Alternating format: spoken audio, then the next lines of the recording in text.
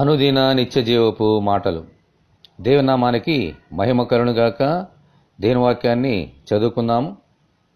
నీతిమంతులు ఖర్జూర వృక్షము వలె మొవ్వు వేయుదురు, లెబనోను మీది దేవదారు వృక్షము వలె వారు ఎదుగుదురు.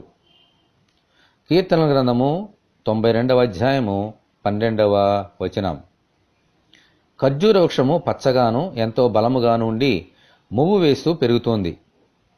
దాని పండ్లు ఎంతో బలమైన ఆహారం. అలసిన వారు ఈ పండ్లు తినగానే ఎంతో శక్తిని బలమును పొందుకుంటారు.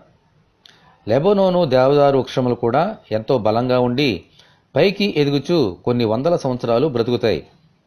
అందుకనే సొలొమోను కట్టిన దేవుని మందిరమును దేవదారు దూలములతో పలకలతో అలంకరించాడు. అదే రీతిగా ఖర్జూరపు చెట్లను పోలిన రూపములతో దేవుని మందిరమును అలంకరించాడు. ప్రభు అయిన యేసుక్రీస్తునందు విశ్వాసముంచిన నీతిమంతులు కూడా ఈ వృక్షముల వలె ఎదుగుచు దేవుని మందిరములో వర్ధిల్లుతారు. సారము కలిగి పచ్చగా బలముగా శరీర రీతిగా ఆత్మీయ రీతిగాను ఎదుగుతారు. ప్రభువా, మీ యందు విశ్వాసముతో సదాకాలము జీవించినట్లు ఖర్జూరపు చెట్టు వలె లెబనోను దేవదారు వృక్షము వలె దీవించబడినట్లు అనుగ్రహించమని ప్రభు అయిన యేసుక్రీస్తు ద్వారా మనమందరము దేవుని ప్రార్థన చేసుకుందాము.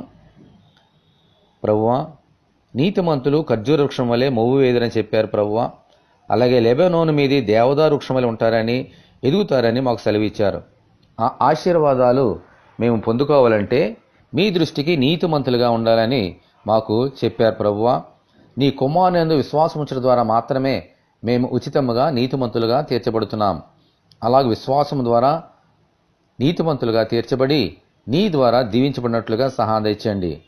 మా నీతి నుండి, ఆ మార్గం నుండి తప్పిపోక నీ ఆశీర్వాదమును పొందుకుంటూ మా జీవితకాలం అంతా అలాగున దేవదారు వృక్షం వలె ఖర్జూరపు మొక్క వలె ఉండినట్లుగా సహాయం దయచేయమని, ఈ వాక్యం వింటున్న నీ బిడ్డలందరూ దీవించమని యేసు నామములో ప్రార్థన చేయుచున్నాము తండ్రి, ఆమేన్. ప్రభు అయిన యేసుక్రీస్తు కృప మనకందరికీ తోడే ఉండి నడిపించునుగాక, ఆమేన్.